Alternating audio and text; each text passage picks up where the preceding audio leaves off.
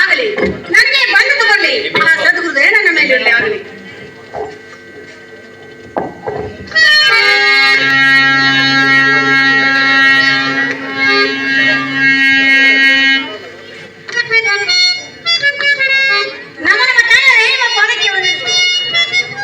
ನಿನಗೆ ಜಯವಾಗಲಿ ಮಗಳೇ, ಮೇಲೆ ಕೇಳು. ಯಾವ ಮಾತ್ರ ಇಲ್ಲಿ ಬಂದವರು? ನಾನು ಆದಿಶಕ್ತಿ ರೇಣುಕ ಇದ್ರೆ ಬಹಳ ಒಳ್ಳೆಯದಾಯ್ತು.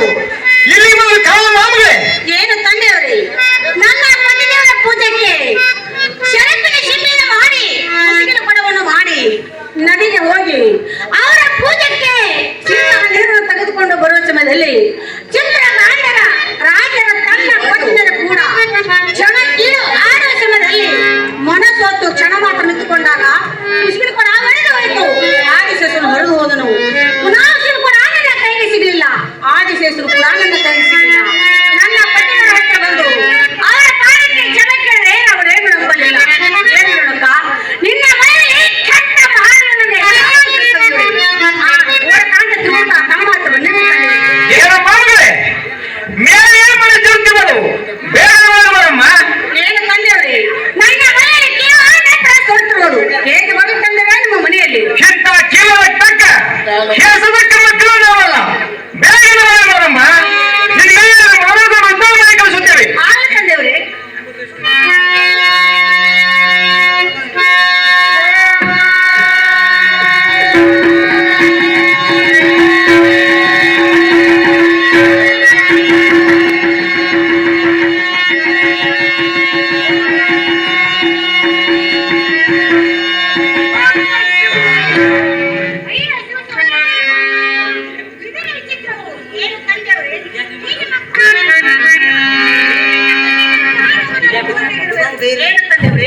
ಈ ಅಕ್ಕಯ ಜೋಗನ ಕಣ್ಣಿರ್ತಿ ಈ ನಾಡಿನಲ್ಲಿ ಸಾಕು ತಂದೆಯವರೇ.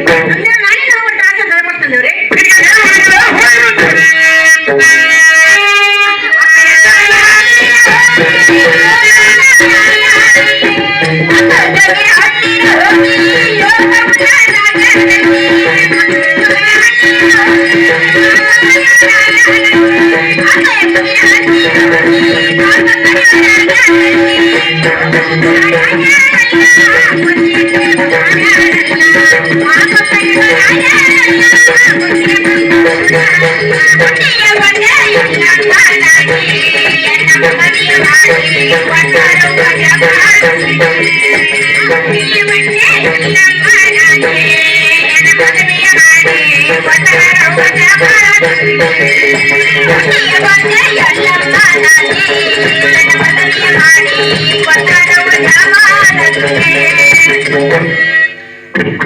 ನನ್ನ ಪತಿದೇವರನ್ನ ಆಗಲಿ ನನ್ನ ಪತಿದೇವರ ಹತ್ರ ಹೋಗುವೆನು.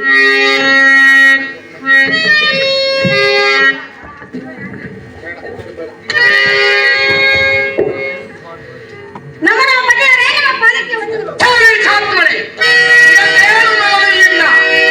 ರೇಣುಕಾ, ನಾನು ಕೊಟ್ಟಿರುವ ಶಾಪದಿಂದ ಮುಕ್ತವಾಗಿ ಮರಳಿ ಬಂದು ನನ್ನ ಬಳಿ ಕ್ಷಮೆ ಕೇಳಟ್ಟು ಹದ್ದು ಮೀರಿದಿ. ಅಂಗ ಪೂಜೆ ಮಾಡುವುದನ್ನು ಕಂಡೆ ಲಿಂಗ ಪೂಜೆ ಮಾಡುವಳನ್ನು ಒಬ್ಬಳನ್ನು ನಾನು ಕಾಣೆ.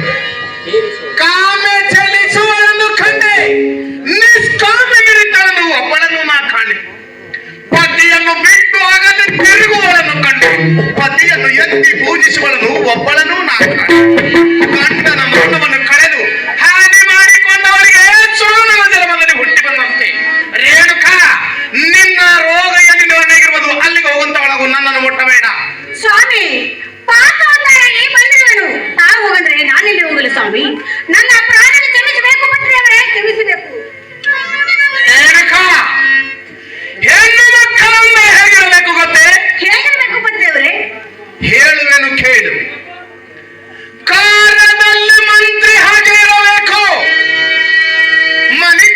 ಮಾಡುವಾಗ ದಾಸಿ ಸಮಾನಳಾಗಿರಬೇಕು, ಊಟ ಮಾಡಿಸುವಾಗ ತಾಯಿ ಅಂತಿರಬೇಕು, ಪ್ರೇಮದಲ್ಲಿ ಗಂಡ ನಿಚ್ಚೆ ಅಂತ ಇರಬೇಕು, ಸಮಯ ಬಂದಾಗ ಧೈರ್ಯಶಾಲಿಯಾಗಿರಬೇಕು.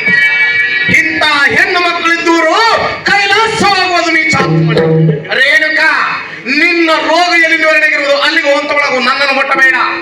ಪತಿದೇವರೇ, ಚಿತ್ತವು ಚಂಚಲವಾಗಿ ಕತ್ತಲು ಭ್ರಮೆಯಾಗಿ ಪತಿ ಹಿಂದಿ ಮಿತಿಗಳನ್ನು ಮರೆತು ಮೋಹ ಪಾಶ ನಾಶಿಗೆ ಈ ಶಿವನ ಸಮತ್ತು ಮರೆತು ಹೋಯಿತು. ಅಗ್ನಿ ಸಾಕ್ಷಿಯಾಗಿ ನೀವು ನನ್ನ ಕೈ ಹಿಡಿದು ಅದೇ ಅಗ್ನಿ ಜ್ವಾಲೆಯಲ್ಲಿ ನನ್ನನ್ನು ನೂಕಿದಂತೆ ಮಾಡಿಬಿಡು ಸ್ವಾಮಿ. ನನ್ನ ಅಪರಾಧದ ಮೊದಲಿನಿಂದ ರೇಣುಕಾ, ಕತ್ತಲದೋಳು ಹೊಟ್ಟೆ ಕಡಿಗಾಗಲಿಲ್ಲ ಗುರುಬೆಟ್ಟಿ, ಮಾಯದ ಮೋಡ ನಿನಗೆ ಬೆತ್ತಟ್ಟಿ ಬರುವಾಗ ನೀ ಯಾರಿಗಾದಿ ಭೇಟಿ, ಗೆದ್ದು ಬರತಿ ನಂದಿದ್ದೆ ಸೆಟ್ಟಿ, ಪತಿ ಪಾದ ಮುಟ್ಟಿ ಶಿವಶರಣರಿಗೆ ಮೋಸ ಮಾಡಿಬಿಟ್ಟಿರಿ. ಆತ್ಮನೆ ಒಕ್ಕಲಿಲ್ಲದ ಊರು, ಬರಕೆ ಇಲ್ಲದ ನೀರು, ಕೊಳತನಾರುವ ತೆಂಗಿನಕಾಯಿ ಎಂದಾದರೂ ಮೋಕ್ಷಕ್ಕೆ ಹೊಂದುವುದ ರೇಣುಕಾ? ರೇಣುಕಾ, ಅಗ್ನಿ ಅಲ್ಲದ ಸ್ವಾರಿ, ಪುರುಷನ ಮಾತು ಕೇಳದ ನಾರಿ. ಈ ಜಗತ್ತಿನ ಮೇಲೆ ತಿರುಗುವಂತ ಹೆಣ್ಣು ಮಕ್ಕಳಿಗೆ ಈ ಭೂಮಿ ಮೇಲೆ ಸ್ಥಾನವಿಲ್ಲ. ರೇಣುಕಾ, ನಿನ್ನ ರೋಗ ಎಲ್ಲಿ ನಿವಾರಣೆಗಿರುವುದು ಅಲ್ಲಿಗೆ ಹೊಂತವಳಾಗು, ನನ್ನನ್ನು ಮುಟ್ಟಬೇಡ. ಪತಿದೇವರೇ, ಈ ಸೆಳೆಯ ರೂಪರಥಕ್ಕೆ ಇಂದ್ರಿಗಳೇ ಕುದುರೆಗಳು, ಆತ್ಮವೇದ ಸಿಕ್ಕನು, ಮನ ಎಂಬುವೇ ಲಗಾಮ. ಹೀಗೆ ಇಂದ್ರ ಎಂಬ ಕುದುರೆಗಳು ಸನ್ಮಾರ್ಗದಲ್ಲಿ ಹೋದರೆ ಮೋಕ್ಷ ಆಗುವುದು ಎಂತು. ನೀವು ನನಗೆ ಅರಣ್ಯದಲ್ಲಿ ಗಡ್ಡೆ ಗೆಣಸ ನೀರನ್ನು ತರುವಾಗ ಆ ವಿಷಯವನ್ನು ಮರೆತು ಚಿತ್ತವು ಚಂಚಲಾದಕ್ಕೆ ನಾನು ಅಪರಾಧ ಇದ್ದೇನೆ. ನನ್ನ ಅಪರಾಧ ದೂರ ಸರ್ವ ನಿಂತ ಮಾತನಾಡುವಂತವಳಾಗು. ರೇಣುಕಾ, ಗಂಡನ ಮೇಲೆ ಸ್ನೇಹ ಇಲ್ಲ, ನಿನ್ನಂತ ಹೆಂಡತಿ ತರೇನು ಬಲ, ನಿಂಗನ ಮೇಲೆ ನಿಷ್ಠೆ ಇಲ್ಲದ ಭಕ್ತರಿದ್ದರೇನು ಫಲ. ಶಿವ ಶಿವ ಇದ್ದರೇನು ಸತ್ತರೇನು. ರೇಣುಕಾ, ಕಿರಿಯದೊಂದು ಪಾಪವ ಮಾಡಿ ಹರಿಯುವ ಗಂಗೆಯೋಳು ಮುಣುಮುಣಿ ಗೆದ್ದು, ಹರಿದು ಹೋಯಿತು ನನ್ನ ಪಾಪ ಎನ್ನಬೇಡ. ಹರಿದು ಹೋಗಲಕ್ಕೆ ನಿನ್ನ ಮೇಲಿರುವ ಎರೆಮಣ್ಣವಲ್ಲ ರೇಣುಕಾ. ನೀನು ಮಾಡಿರುವಂತ ಪಾಪ ಅಲ್ಲ ರೇಣುಕಾ, ಹರಿದು ಹೋಗಿರುವುದು ನಿನ್ನ ಮೇಲಿನ ಎರೆಮಣ್ಣೆ ಹೊರತು ಪಾಪವಲ್ಲ ರೇಣುಕಾ, ಪಾಪವಲ್ಲ ರೇಣುಕಾ.